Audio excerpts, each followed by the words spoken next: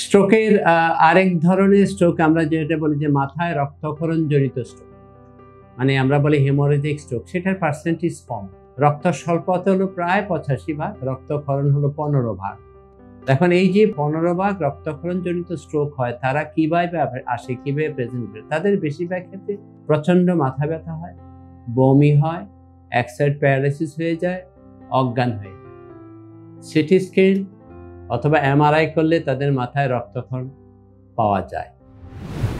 এই ধরনের রোগীদের ইনিশিয়াল যেটা আমরা কিভাবে বুঝবো যে এটাকে রক্তক্ষরণ না রক্ত স্বল্পতা? আমরা একটু আগে রক্ত স্বল্পতার বেলায় বলছি যে হঠাৎ করে এক সাইড অবর দুর্বল হয়ে যাওয়া, কিন্তু এখানে ইউজুয়ালি মাথা ব্যথা হয় না। রক্তক্ষরণ জনিতে হ্যাঁ এক সাইড দুর্বল, কিন্তু প্রথম শুরু হয় মাথা ব্যথা, সাডেন সিভিয়ার হেডেক, প্রচন্ড মাথা ব্যথা, একটা সাইড উইক হয়ে যাওয়া, দুর্বল হয়ে যাওয়া, বমি হওয়া। রক্ত স্বল্পতা জনিত স্ট্রোকে মাথা ব্যথা, বমি সাধারণত হয় না, কিন্তু রক্তক্ষরণ হয়। ব্লাড প্রেশার রক্তক্ষরণ জনিত স্ট্রোকের জন্য একটা মেইন ফ্যাক্টর। কিছু জন্মগত ত্রুটি যেমন অ্যানিউরিজম, এবিএম, এগুলো হলো রক্তক্ষরণ জনিত স্ট্রোকের একটা কারণ। কিন্তু রক্ত স্বল্পতাতে বেশিরভাগ ক্ষেত্রে ডায়াবেটিস এবং আদার যে কারণগুলো আছে। ব্লাড প্রেশার বেশিরভাগ ক্ষেত্রে রক্তক্ষরণ। এখন এই দুইটার মধ্যে ক্লিনিক্যালি ডিফারেন্স হলো যে রোগী বলবে যে আমার রোগীর কি হয়েছিল, যে হঠাৎ করে সকালবেলা সে কাজ করতেছিল, প্রচন্ড মাথা ব্যথা হইল, বমি হইল, এক সাইড প্যারালাইসিস হইল, আমরা ধরে নেব এটা রক্তক্ষরণ।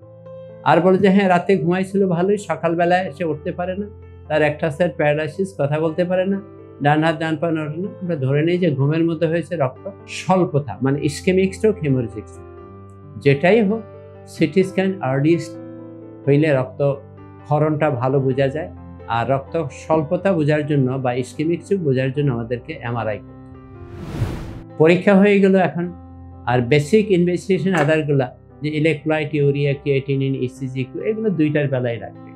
রক্তক্ষরণজনিত স্ট্রোকে মানে প্রথম কাজ হলো ব্লাড প্রেশারটাকে কমানো, একটা সহনীয় লেভেল। কি সহনীয় লেভেল? সেটা 140/90 নিচে যাতে না নামে।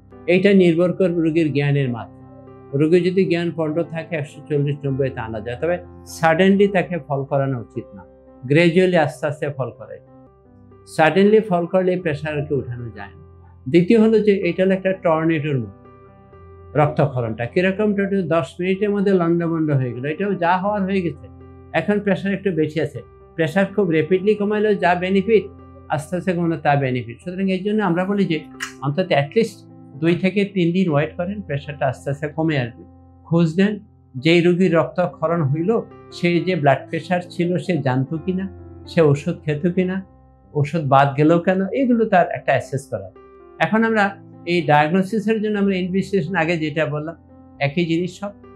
একটাতে ক্ষরণে মানে হেমোরেজ দেখা যাবে, আর যেটা স্বল্পতায় তো হাইপোডেন্স বা ইসকেমিক স্ট্রোকের ফিচার আসবে। এটাতে মিডলেনশিপ থাকতে পারে, ইডেমা থাকতে পারে রক্তক্ষরণের স্বল্পতাতে। কিন্তু রক্তক্ষরণে রক্ত মগজের, অর্থাৎ আমরা বলি যেটা ভেন্ট্রিকেলে যদি চলে যায়, তখন পুরো মানে মগজটায় যে সিএসএফ মিক্সড ব্লাড যেটা বলি ওইটা আমাদের ভাসতে থাকে। এই রোগীগুলোর প্রগনোসিস আসলেই খারাপ।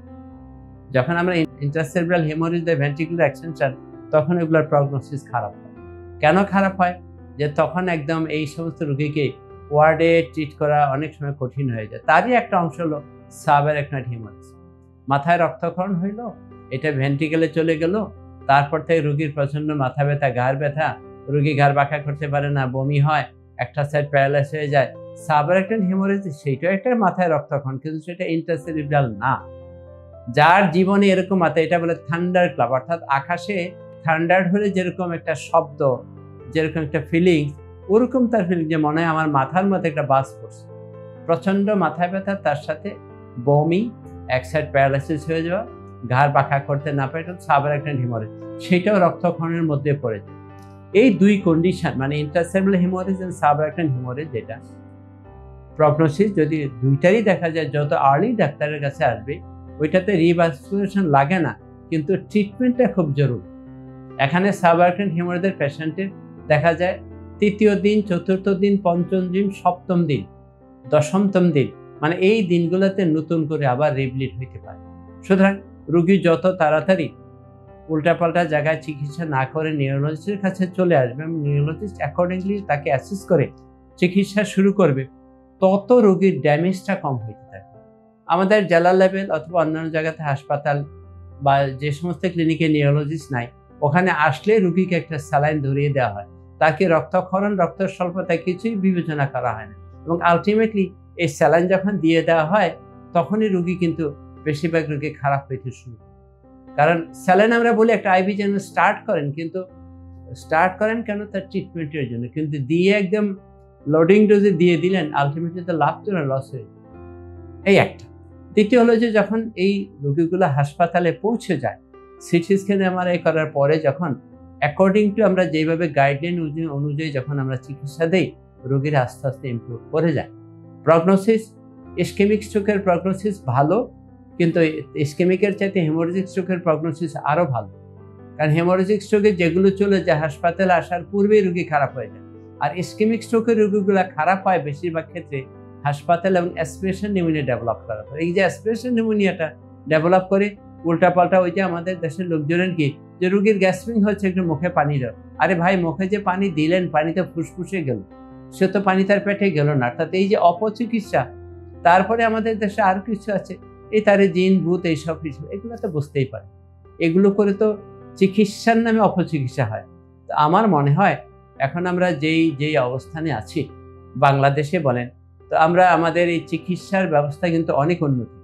তারপরেও এগুলার মানে পিটফল এবং ড্রব্যাক যে নাই তা বলবো না।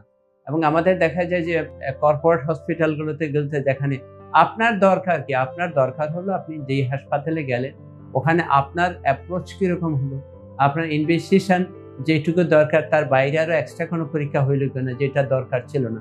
2 নাম্বার, আপনার স্পেসিফিক লোক, নিউরোলজিস্ট রোগী নিউরোলজিস্ট দেখবে, কার্ডিওলজিস্টের রোগী কার্ডিওলজিস্ট দেখবে, ডায়াবেটিস রোগী ডায়াবেটিস। এই যে স্পেসিফিক পার্সন যখন রোগীটা হ্যান্ডেল করে, তখন আপনার রোগীর অ্যাটিটিউড এবং সব কিছু আলাদা হয়ে যায়। সর্বোপরি আপনার রোগীকে সময় দিতে হবে, রোগীর লোকজনকে একটু সময় দিতে হবে, বুঝতে হবে যে হ্যাঁ ওষুধ তো আল্লাহ পাক দিয়েছে, ভালো আল্লাহ পাকই করে। তাহলে আমরা এখন যেটা বলছিলাম যে রক্তক্ষরণের চিকিৎসার ব্যাপারে ইনিশিয়ালি আসার পরে আমরা অ্যাসেস করে ফেলি তার কি লাগবে, তার কনজারভেটিভ ট্রিটমেন্ট দেই, এবং নিউরোসার্জন ডাকি যদি তার কোনো সার্জিক্যাল ইন্টারভেনশন লাগে সেটার জন্য। বেশিরভাগ ক্ষেত্রে কনজারভেটিভ ট্রিটমেন্টেই পেশেন্টটার উন্নতি হয়ে যায়। এরপরে কিছু কিছু ক্ষেত্রে সার্জিক্যাল ইন্টারভেনশন লাগে, তা আমাদের নিউরোসার্জনরা এগুলো করে থাকেন এবং কর্পোরেট হসপিটালে করে, বিশেষ করে যেগুলো ম্যাসিভ ইনফাক্ট, তারপরে যেগুলো মানে হিমোরেজের রোগ, এগুলো আজকাল করা যায়, বিদেশেও করা হয়, কিন্তু আজকাল আমেরিকাতে বা অন্যান্য জায়গাতে মানে কনজারভেটিভটাকে তারা বেশি প্রেফার করে। কিছু 10% বা আরও কম পার্সেন্টের কেস তারা সার্জিক্যাল ইন্টারভেনশনে যায়। দুইটার আমরা একটু আগে যেটা বলেছিলাম যে পুনর্বাসন, রিহ্যাবিলিটেশন অলমোস্ট সেম, স্ট্রোকের অলমোস্ট সেম। দুইটারই বলা হচ্ছে রিস্ক ফ্যাক্টরকে কন্ট্রোল করো। রিস্ক ফ্যাক্টর আমরা আগে কোনটা বলছি, ডায়াবেটিস, ব্লাড প্রেশার। তার যদি হার্টের সাথে এটা কন্ট্রোল করো, অন্যান্য আর যে ওজন বেশি থাকলে এটা কমাও, প্রতিদিন হাঁটার চিন্তা করো, চর্বি বেশি থাকলে চর্বি কমাও। এগুলো ধরে রেখে নিয়মিত লাইফস্টাইল মডিফিকেশন। আমি লাইফস্টাইল মডিফিকেশনের বেলায় বলি ওজন, আপনার যত ইঞ্চি হচ্ছে তত কেজি ওজন, আপনার বিএমআই 23-এর মানে 18 থেকে 23-এর মধ্যে রাখেন। এই জিনিসগুলো যদি কন্ট্রোল করা যায়, আপনার যদি ডায়াবেটিস থাকে, ডায়াবেটিস আপনি 6-9-এর মধ্যে রাখেন, খালি পেটে 6 খাওয়ার পরে না।